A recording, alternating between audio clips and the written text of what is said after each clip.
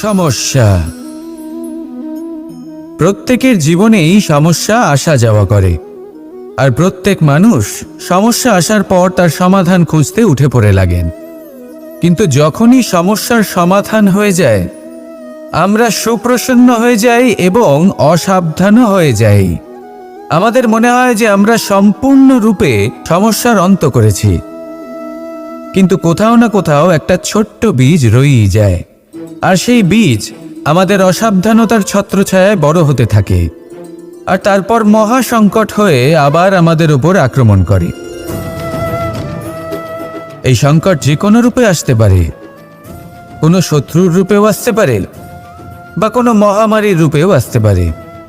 সেই জন্য সবসময় সাবধান থাকাই উচিত, কারণ অসাবধান হলে কি হয়, আমাদের সুরক্ষা চক্রে একটা ছেদ উৎপন্ন হয়, আর আমাদের শেষ করতে পারে এমন এক বাণ সেই ছেদ বিন্দু হয়ে আমাদের হৃদয়ে প্রবেশ করতে পারে। তাই যে কোনো সমস্যার সমাধান করুন, জয়ী হন, উৎসবও পালন করুন, কিন্তু সাবধানে থাকবেন। আসুন আর আমার সাথে ভালোবেসে বলুন, রাধা রাধা।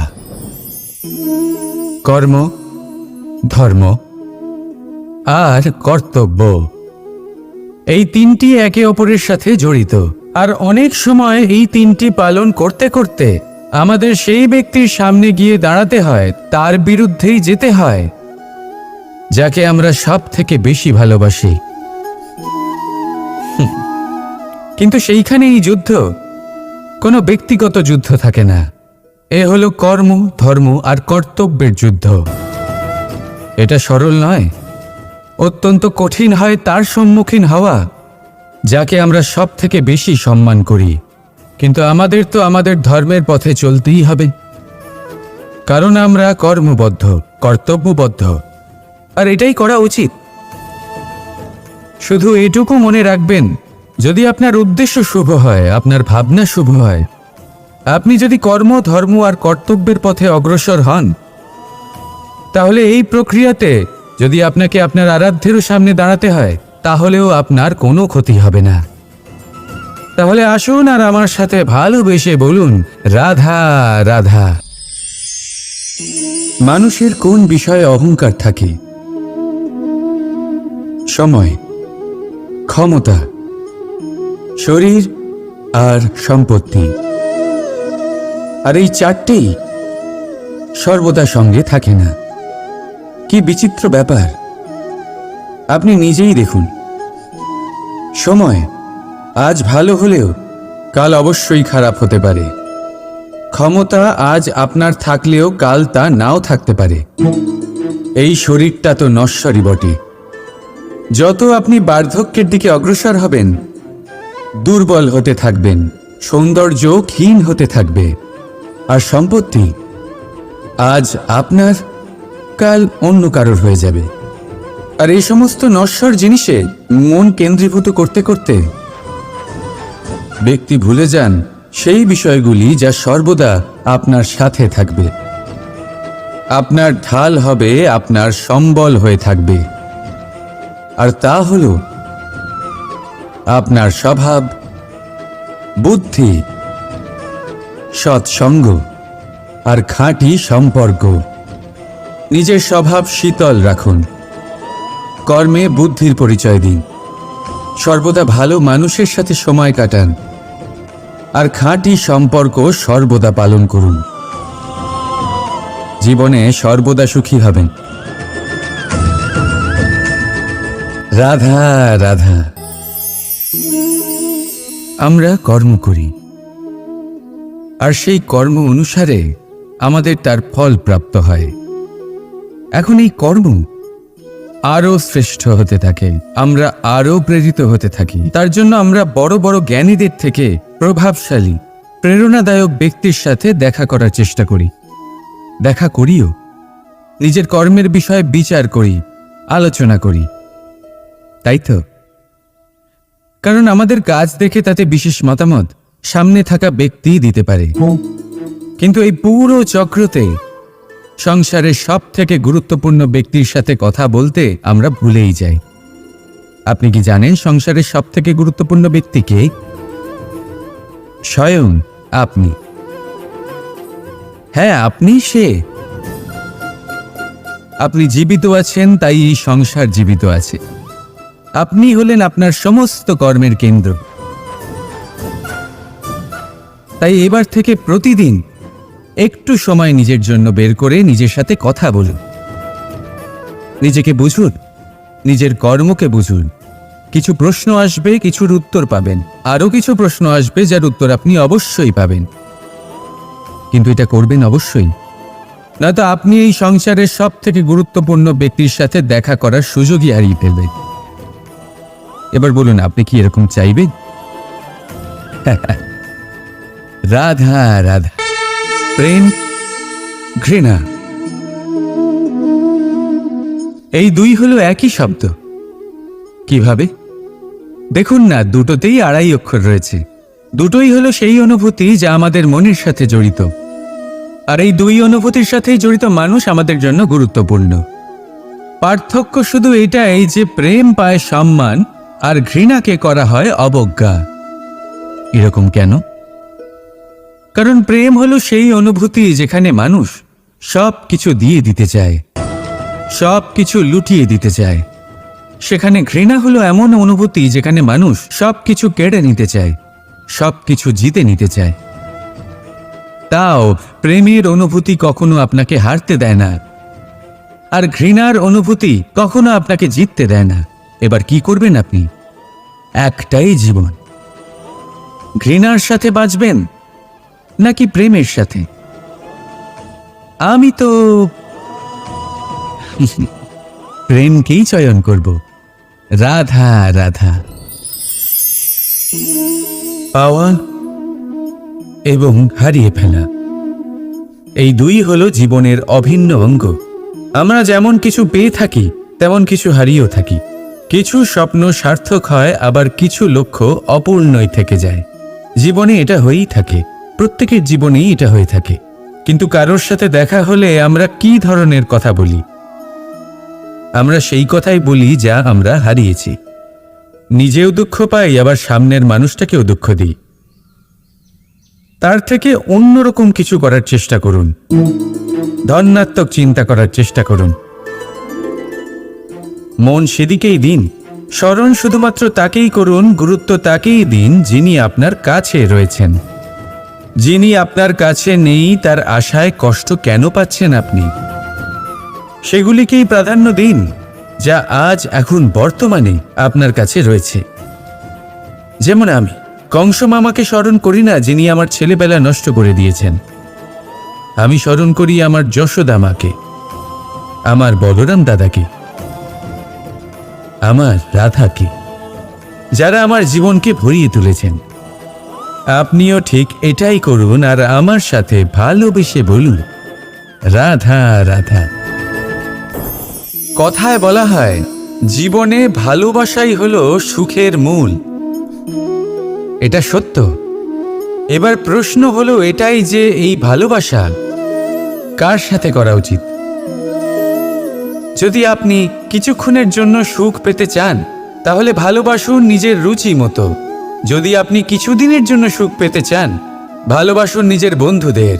যদি আপনি কয়েক মাসের জন্য, কয়েক বছর বা অনেক বছরের জন্য সুখী হতে চান, তাহলে ভালোবাসুন নিজের পরিবারকে, মাতা পিতা, নিজের সন্তান, স্বামী স্ত্রী, নিজের আত্মীয়দের। কিন্তু যদি আপনি চিরকালের জন্য সুখী হতে চান, তাহলে ভালোবাসতে হবে শুধু নিজের কর্মগুলিকে। কারণ সম্পর্ক যেমনই হোক না কেন, কখনো না কখনো ভেঙে যাবেই। এই সংসার হলো এমনই যে যাদের সঙ্গ আমরা পাই, তাদের সঙ্গ একদিন ত্যাগ করতে হয়। শুধু কর্মই হলো এমন এক সঙ্গ যা কখনো আপনাকে ত্যাগ করবে না। আপনার মৃত্যুর পরেও এই কর্ম আপনাকে বাঁচিয়ে রাখবে। তাই সবসময় মনে রাখবেন, এই কর্ম ধর্ম মনে করে পালন করা উচিত। জীবনের শেষ মুহূর্ত পর্যন্ত কর্মকে ভালোবাসুন, জীবনের শেষ মুহূর্ত পর্যন্ত সুখে থাকবেন। আর আমি তো সবসময় বলি, শুধু কর্ম করতে থাকো, ফলের চিন্তা করো না। তাহলে আসুন আর আমার সাথে ভালোবেসে বলুন, রাধা রাধা। সদিচ্ছা। দেখতে গেলে 3 অক্ষরে তৈরি এই শব্দ, কিন্তু সমস্ত ত্রিলোক তার উপরেই আধারিত। আপনি এই সংসারে এসেছেন, তখন অবশ্যই শ্বাস নেবেন, কিন্তু তার বদলে আপনাকে কিছু তো দিতেই হবে। আপনার উপর নির্ভর করছে আপনি কি দেবেন। কি দেবেন এই সংসারকে, এই সমাজকে, নিজের পরিবারকে, আর তার বদলে কি নেবেন? যশ নাকি অপযশ? দেখুন, এক ছিল রাবণ, যে কিনা সমুদ্র পার করল সীতাকে অপহরণ করার জন্য, আর এক ছিলেন রামচন্দ্র, যিনি সমুদ্র পার করেছিলেন, সেতু বানিয়ে গিয়েছিলেন সীতাকে ফিরিয়ে নিয়ে আসার জন্য। দুজনেই সমুদ্র পার করেছিলেন, শুধু পার্থক্য ছিল সদিচ্ছাকে বোঝার, লক্ষ্যের। অনেক মানুষের যাত্রা একরকম হতেই পারে, কিন্তু আনন্দ তখনই লাভ করবেন যখন লক্ষ্য শুভ হবে, মহান হবে। এই লক্ষ্য দিয়ে এই সংসারের কল্যাণ হবে এবং মানুষের সম্মান হবে। যদি আপনার সংকল্প উচিত হয়, তাহলে আপনার লক্ষ্য উচিতই হবে, নয়তো শুধুমাত্র বিনাশ হবে। আর উচিত এটাই হবে যে বিনাশের হাত থেকে যেন নিজেকে বাঁচানো যায়, কি বলেন? তাই জীবনে যে লক্ষ্য স্থির করছেন, মনে রাখবেন তা যেন শুভ লক্ষ্য হয়। যদি এরকম হয়, তাহলে আপনার যাত্রা, আপনার জীবন দুটোই শুভময় হবে। আসুন আর আমার সাথে ভালোবেসে বলুন, রাধা রাধা।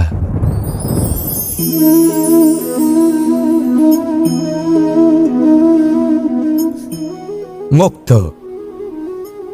এই মুক্তই সবাইকে মোহিত করে দেয়, নিজের দিকে আকর্ষিত করে। অত্যন্ত সুন্দর, গোল, শুভ্র। মুক্ত দ্বারা নির্মিত আভূষণ, তা হয়তো সে মুকুটই হোক বা কোনো স্ত্রীর অলংকার, তাকে আরো সুন্দর করে তোলে, তাকে আরো সুন্দর দেখতে লাগে। এবার এই মুক্তকে এত সুন্দর দেখার জন্য কত কষ্ট সহ্য করতে হয়, তা কি কখনো আপনি ভেবেছেন? এই মুক্ত ঝিনুক থেকে বের করা হয়, ঝিনুক যা কিনা সমুদ্রের তলদেশে থাকে। ওকে কত কষ্ট সহ্য করতে হয়, জলের চাপ সহ্য করতে হয়, সমুদ্রের স্রোত সহ্য করতে হয়। এই ঝিনুককে এত কষ্ট সহ্য করতে হয়, এই মুক্তকে এত কষ্ট সহ্য করতে হয়, তারপরে এর রূপ এত সুন্দর হয়। যদি আপনিও আপনার পরিশ্রমের সৌন্দর্য, নিজের পরাক্রমের সৌন্দর্য এই সংসারে প্রকাশিত করতে চান, তাহলে আপনাকেও কষ্ট সহ্য করতেই হবে। তাই জীবনে যখনই সংকট আসবে, বিপদ আসবে, সমস্যা আসবে, তখন একে সুযোগ হিসেবে গ্রহণ করুন। কারণ এই বিপদের সাথেই লড়াই করে আপনি মুক্তর মতোই পরিশুদ্ধ হয়ে উঠবেন। তাহলে আসুন আর আমার সাথে ভালোবেসে বলুন, রাধা রাধা। যখনই আমরা কথা বলি জলরাশির বিষয়ে, যখন আমরা তুলনা করি, তখন আমাদের খুব ভালো লাগে মিষ্টি সরোবর, পুকুর, নদী। আর আমরা অপেক্ষা করে থাকি সাগরের জন্য, সমুদ্রের জন্য। কেন করি? কারণ এই সাগর, এই সমুদ্র, এ হলো অত্যন্ত বিশাল আর ভয়ানক। এর জলও কিন্তু নোনতা, যা আমরা পান করতে পারি না। কখনো ভেবে দেখেছেন এই সমুদ্রের অন্তরে এই নোনতা জল, এই নোনতা ভাব, এটা আসে কোত্থেকে? এই যে সমুদ্র, যে প্রবাহমান নদীর থেকে যে খনিজ নির্গত হয়, তার ভাণ্ডার হলো এটা। সেই খনিজকে নিজের অন্তরে গ্রহণ করে, সেই নোনতা ভাব নিজের মধ্যে সমাহিত করে, আর তারপর সেই নোনতা জল বাষ্পে পরিণত হয়ে ওপরে উঠে যায়, যা মেঘ হয়ে আপনার ওপর মিষ্টি বৃষ্টি হয়ে ঝরে পড়ে। এ হলো সমুদ্রের ত্যাগ, যার জন্য আপনি মিষ্টি জল পান করতে পারছেন, সে নদী থেকেই হোক বা সরোবর থেকে। সেই জন্যই হয়তো সাগর হলো এত মহান, হয়তো সেই জন্যই রত্ন সাগরে পাওয়া যায়। তাই মনে রাখবেন, ক্ষমতা তারই হয় যে ত্যাগ করতে জানে, কোনো বিষকে নিজের মধ্যে ধারণ করে নিতে জানে। তাহলে আপনিও এটাই করুন, এতটাই শক্তিশালী হয়ে উঠুন, আর আমার সাথে ভালোবেসে বলুন, রাধা রাধা। পরিচ্ছন্নতা। বর্তমানের এই প্রজন্ম আগের প্রজন্মের এই যে অতিশুদ্ধতার অভ্যেস ছিল তা নিয়ে ঠাট্টা করে, তাকে মূর্খতা মনে করে। বুঝতেই পারে না কেন। আমাদের মা, ঠাকুমা, দিদিমা এদের দেখেছি সকালে উঠে সবার আগে স্নান করেন। কেন? বুঝতেই পারে না। কেন কথায় কথায় বারান্দা উঠোন পরিষ্কার করা হয়? বুঝতেই পারে না। অনেক মানুষজন এটাকে ধার্মিক এবং অন্ধবিশ্বাস বলে, কিন্তু যদি আমি আপনাকে সত্যি কথা বলি, প্রত্যেক ধর্ম বিজ্ঞানসম্মত। প্রত্যেক কাজের পেছনে বৈজ্ঞানিক সত্যতা লুকিয়ে রয়েছে, কিন্তু প্রত্যেক মানুষ সেই নিয়ে কতটা ভাবেন, কতটা বোঝেন আর কি পদক্ষেপ নেন তা হলো আলাদা এবং অত্যন্ত গুরুত্বপূর্ণ, কিন্তু তা হলো বিজ্ঞানসম্মত। আজও যখন আমি আগে বাড়ি যাই, মা সবার আগে আমার হাত পা ধুয়ে দেন, তারপর সবকিছু। তাই আপনি পরিচ্ছন্ন থাকুন, তাহলে আপনি সুস্থ থাকবেন। তখনই আপনার মনে ভক্তিভাব আসবে, তখনই এই সমগ্র সংসারকে সামলানোর শক্তি অর্জন করতে পারবেন। তাহলে পরিচ্ছন্ন থাকুন, সব ভালো থাকবে। রাধা রাধা। এটা দেখতে পাচ্ছেন? আপনি নিশ্চয়ই জানেন এটা কি। এটা বড়ই বিচিত্র এক বস্তু। এটা হলো কয়লা। আমি একে বিচিত্র এই কারণে বলছি, ভেবে দেখুন, যদি এটা গরম হয় আর আপনি এটাকে ধরে ফেলেন, এটা আপনার হাত পুড়িয়ে ফেলবে। আর যদি এটা ঠান্ডা হয় আর আপনি এটা ধরেন, তাহলে এটা আপনার হাতে কালি লাগিয়ে দেবে। অর্থাৎ যে কোনো পরিস্থিতিতেই, যে কোনো রূপেই থাকুক না কেন, গরম হোক অথবা ঠান্ডা, এটা কোনো না কোনোভাবে আপনার ক্ষতি অবশ্যই করবে। এরকমই হয় খারাপ মানুষজন, বদসঙ্গ, ঠিক কয়লার মতো। আপনি যদি কিছু নাও করেন, যাই হয়ে যাক, এরা যদি আপনার কাছে থাকে, তাহলে কোনো না কোনোভাবে জীবনে আপনার কোনো না কোনো ক্ষতি অবশ্যই হবে। তাই নিজের জীবনে সবসময় সঙ্গতের নির্ণয় অত্যন্ত ভেবেচিন্তে করবেন। রাধা রাধা। ইচ্ছে, সিদ্ধান্ত আর নিশ্চয়তা, এই শব্দগুলো আমরা আমাদের জীবনে অনেকবার শুনেছি, তাই না? জীবনে অনেক সময় অনেক কিছু পেতে খুবই ইচ্ছে করে, কিন্তু শুধু ইচ্ছে হলেই কি সবকিছু পাল্টায়? সবকিছু পাওয়া যায়? অনুর্বর জমিতে বাস করা ব্যক্তির মনে ইচ্ছে হয় যেন সে শীতল জল পায়, কিন্তু সে পায় না। যে এক কুয়ো খোঁড়ার সিদ্ধান্ত নিয়েছে, সে মাটি খোঁড়ার জন্য কোদাল অবশ্যই পেয়ে যায়। আর যে নিশ্চিত করে নিয়েছে, সে দেরি করে হলেও সেই শীতল জল অবশ্যই পেয়ে যায়। তাই জীবনে কেবল ইচ্ছে করবেন না, সিদ্ধান্ত নিন আর তারপর নিশ্চিত করুন, সব পেয়ে যাবেন। আর ভালোবেসে বলুন, রাধা রাধা। স্বপ্ন আর লক্ষ্য একই মনে হয়। এই দুইয়েরই কথা মানুষ কল্পনা করেন, এই দুই মানুষ অর্জন করতে চান।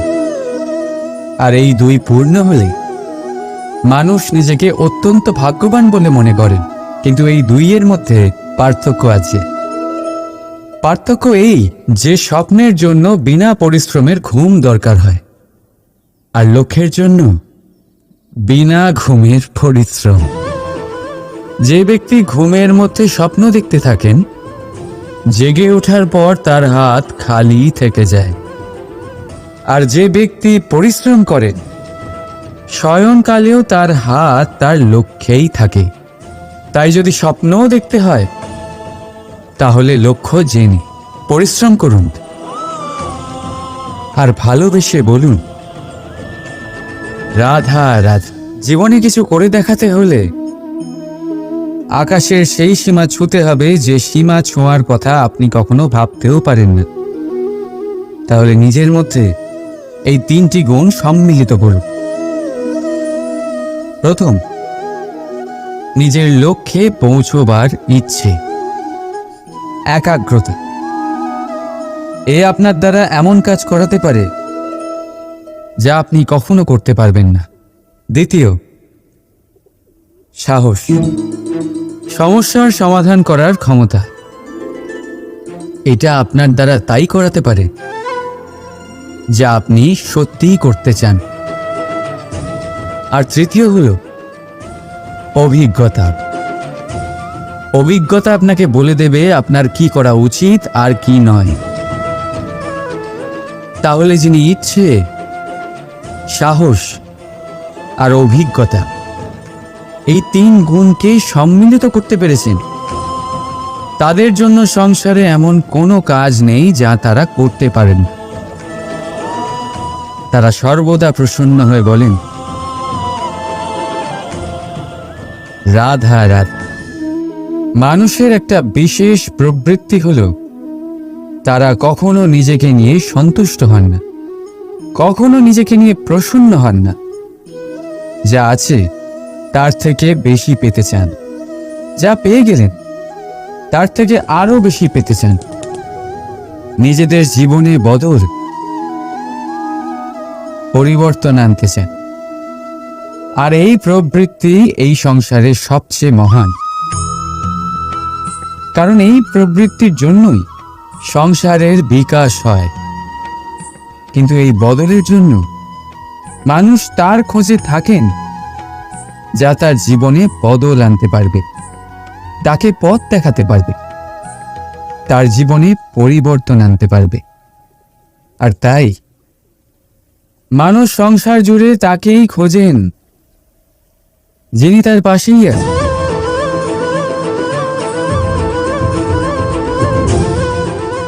বলুন তো কে? যদি কেউ আপনার জীবন বদলাতে পারে তবে তাকে আয়নায় দেখ। আপনি নিজেই সে যে নিজের জীবন বদলাতে পারে, নিজেই নিজের পথপ্রদর্শক হতে পারে, জীবনে বদল আনতে পারে, পরিবর্তন আনতে পারে। তাই চিনুন নিজের অন্তরের শক্তিকে, আর এটা বিশ্বাস করুন যে এই সংসারে আপনার থেকে বেশি শক্তিশালী আর কেউ নেই। জীবন বদলে যাবে আপনার। আর অন্ধবিশ্বাস নয়, আত্মবিশ্বাসের হাত ধরুন। আপনার সমস্যা আপনা থেকেই দূর হয়ে যাবে।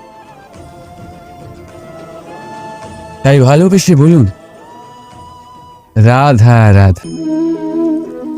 প্রদীপ জ্বালানোর কাজ বড়ই আনন্দদায়ক। উজ্জ্বলতার এই শিখা যেন আত্মার মধ্যে গিয়ে মনে উল্লাস ভরে দেয়।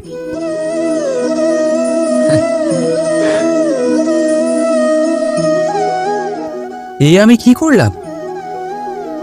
আমি একে নিভিয়ে দিলাম, অথচ এই দিয়েই আমি অন্য প্রদীপগুলি জ্বালিয়েছিলাম। কারণ যতক্ষণ এই শিখা অন্য প্রদীপগুলিকে জ্বালাচ্ছিল ততক্ষণ এই নিজেও জ্বলছিল। কিন্তু যেই ও এই কাজ করা ছেড়ে দিল তখন একেও নিভতে হল। বুঝলেন? সেরকমই জীবন হলো উজ্জ্বলতা দেওয়ার আরেক নাম। যদি জীবনে শুভ কাজ করেন, অপরের উপকার করে, অন্যদের সহায়তা করে, তাহলেই জীবিত থাকবেন। আর যেদিন এই কাজ করা আপনি বন্ধ করে দেবেন, শ্বাস প্রশ্বাস নেওয়া সত্ত্বেও মৃত হয়ে যাবেন। তাই যতক্ষণ শ্বাস চলছে আশারূপী উজ্জ্বলতা ছড়াতে থাকুন। বিশ্বাস করুন, মৃত্যুর পরেও আপনি অমর থাকবেন। তাই ভালোবেসে বলুন, রাধা রাধা। যবে থেকে জীব প্রাণের অস্তিত্ব পেয়েছে তবে থেকেই আরও একটি শব্দ জন্ম লাভ করেছে, সংঘর্ষ। জন্মলগ্ন থেকেই মানুষকে বাঁচার জন্য সংঘর্ষ করে যেতে হয়। কখনো নিজের লক্ষ্যে পৌঁছবার জন্য সংঘর্ষ করতে হয়, আর কখনো যা পেয়েছেন তাকে রক্ষার জন্য সংঘর্ষ করতে হয়। কিন্তু প্রত্যেকে একই অভিযোগ করে যে সংঘর্ষ করার সময় ভীষণ কষ্ট হয়। আপনি যোদ্ধা হলে প্রহার আপনাকে সহ্য করতেই হবে। সাঁতার শিখতে হলে জলে আপনাকে প্রবেশ করতেই হবে। পায়ের তলায় তাদেরই কড়া পড়ে যারা রোজ হাঁটেন, আর যারা হাঁটেন তারা নিজেদের লক্ষ্যে অবশ্যই পৌঁছন। তাই মনে রাখবেন, জীবন ততক্ষণই আছে যতক্ষণ কর্ম করবেন। তাই সংঘর্ষ করতে থাকুন, কষ্ট ভুলে যান, আর আমার সাথে ভালোবেসে বলুন, রাধা রাধা। মানুষ সর্বদা ফলাফলের কথা ভাবেন, যে আমি যা করতে চলেছি তার ফল কি হবে, তার পরিণাম কি হবে। কিন্তু এর চিন্তা কেন? কারণ কর্ম যদি শুভ হয় তাহলে তার পরিণাম খারাপ হতেই পারে না। শুভ চিন্তা নিয়ে যারা কর্ম করেন তাদের ফলের চিন্তা কিসের? যারা ফুল বিক্রি করেন তাদের মাঝে সাঝে কাঁটা নিশ্চয়ই ফোটে, কিন্তু সুগন্ধ তাদের হাতে থেকেই যায়। এদের সন্ধানে কয়লার খনিতে নামা ব্যক্তি কালিমা লিপ্ত হয়ে গেলেও তার হাতে হিরে অবশ্যই থাকে। তাই শুভ চিন্তা নিয়ে কর্ম করে যান, পরিণাম শুভই হবে। আর ভালোবেসে বলুন, রাধা রাধা। মন, মানুষ, মান, এই তিনেরই প্রারম্ভ ম দিয়ে হয়, তাই না? কিন্তু আজ আমরা কথা বলবো মানের বিষয়। মানই সেই ভাব যা আমাদের মনকে সন্তুষ্ট করে। এই কলসিতে ভরা জলের মতন, যে জল এই পাত্রতে থাকার দরুন এর অস্তিত্ব বজায় থাকে।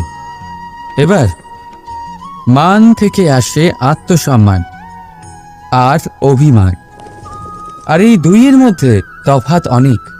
যে জল এই পাত্রের মধ্যে সংরক্ষিত তা হলো আত্মসম্মান, যা আমাদের মনের সম্বল, অবলম্বন, যা এই পাত্রের মধ্যে শীতল থাকে আর যিনি পান করেন তাকেও শীতল রাখে। আর যে জল এই পাত্রের বাইরে উথলে পড়ে তা হলো অভিমান, যা বাইরের উত্তাপে বাষ্প হয়ে উবে যায়। সর্বদা মনে রাখবে, আত্মসম্মান আপনাকে দৃঢ় করে,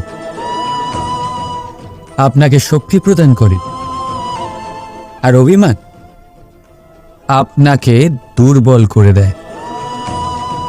তাহলে কি হতে চান আপনি? আত্মসম্মানী নাকি অভিমানী?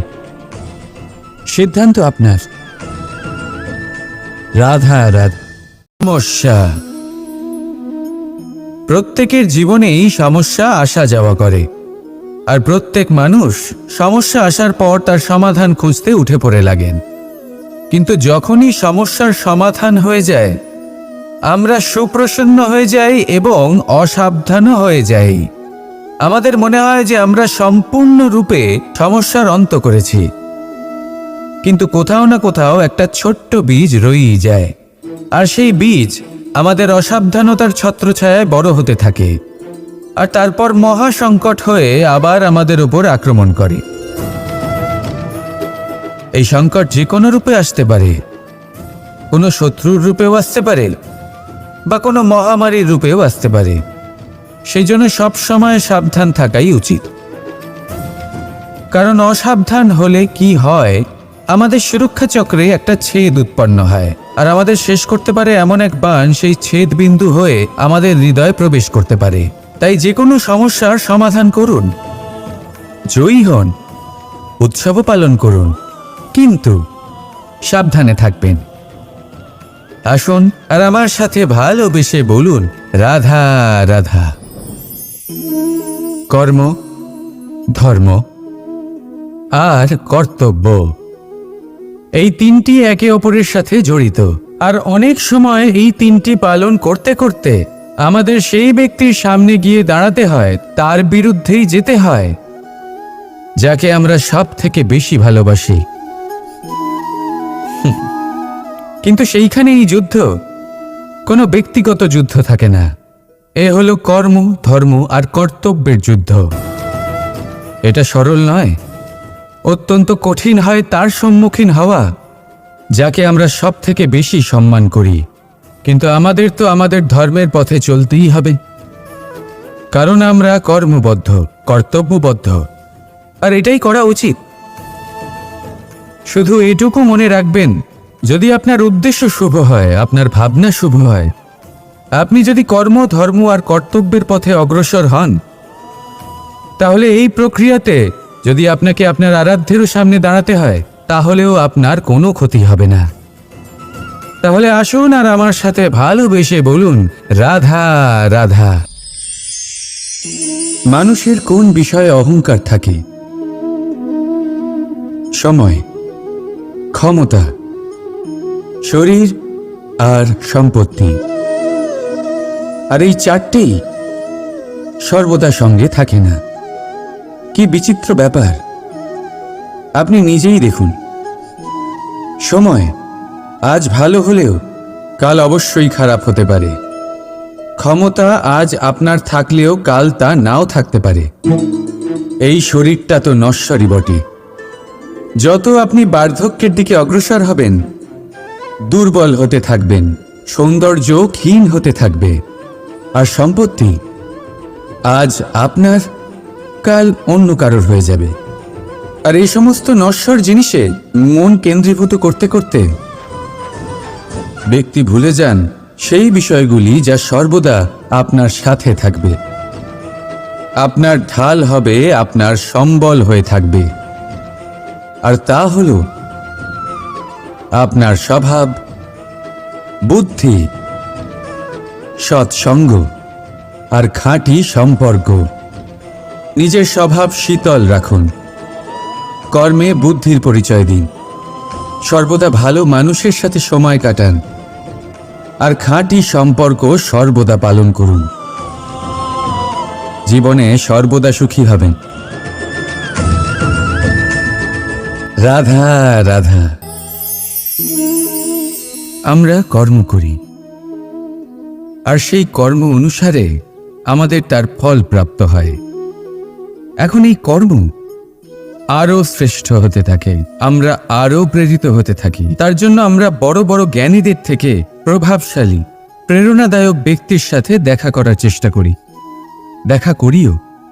নিজের কর্মের বিষয়ে বিচার করি, আলোচনা করি, তাই তো?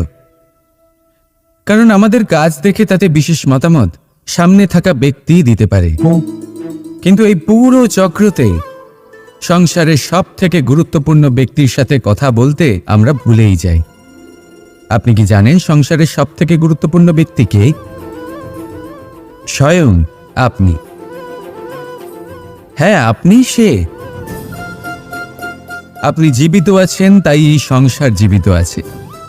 আপনি হলেন আপনার সমস্ত কর্মের কেন্দ্র। তাই এবার থেকে প্রতিদিন একটু সময় নিজের জন্য বের করে নিজের সাথে কথা বলুন। নিজেকে বুঝুন, নিজের কর্মকে বুঝুন। কিছু প্রশ্ন আসবে, কিছুর উত্তর পাবেন। আরও কিছু প্রশ্ন আসবে যার উত্তর আপনি অবশ্যই পাবেন। কিন্তু এটা করবেন অবশ্যই, নয়তো আপনি এই সংসারের সব থেকে গুরুত্বপূর্ণ ব্যক্তির সাথে দেখা করার সুযোগই হারিয়ে ফেলবেন। এবার বলুন, আপনি কি এরকম চাইবেন? রাধা রাধা। প্রেম, ঘৃণা, এই দুই হলো একই শব্দ। কিভাবে? দেখুন না, দুটোতেই আড়াই অক্ষর রয়েছে। দুটোই হলো সেই অনুভূতি যা আমাদের মনের সাথে জড়িত। আর এই দুই অনুভূতির সাথেই জড়িত মানুষ আমাদের জন্য গুরুত্বপূর্ণ। পার্থক্য শুধু এটাই যে প্রেম পায় সম্মান আর ঘৃণাকে করা হয় অবজ্ঞা। এরকম কেন? কারণ প্রেম হলো সেই অনুভূতি যেখানে মানুষ সব কিছু দিয়ে দিতে চায়, সব কিছু লুটিয়ে দিতে চায়। সেখানে ঘৃণা হলো এমন অনুভূতি যেখানে মানুষ সব কিছু কেড়ে নিতে চায়, সব কিছু জিতে নিতে চায়। তাও প্রেমের অনুভূতি কখনো আপনাকে হারতে দেয় না, আর ঘৃণার অনুভূতি কখনো আপনাকে জিততে দেয় না। এবার কি করবেন আপনি? একটাই জীবন। ঘৃণার সাথে বাঁচবেন নাকি প্রেমের সাথে? আমি তো প্রেমকেই চয়ন করব। রাধা রাধা।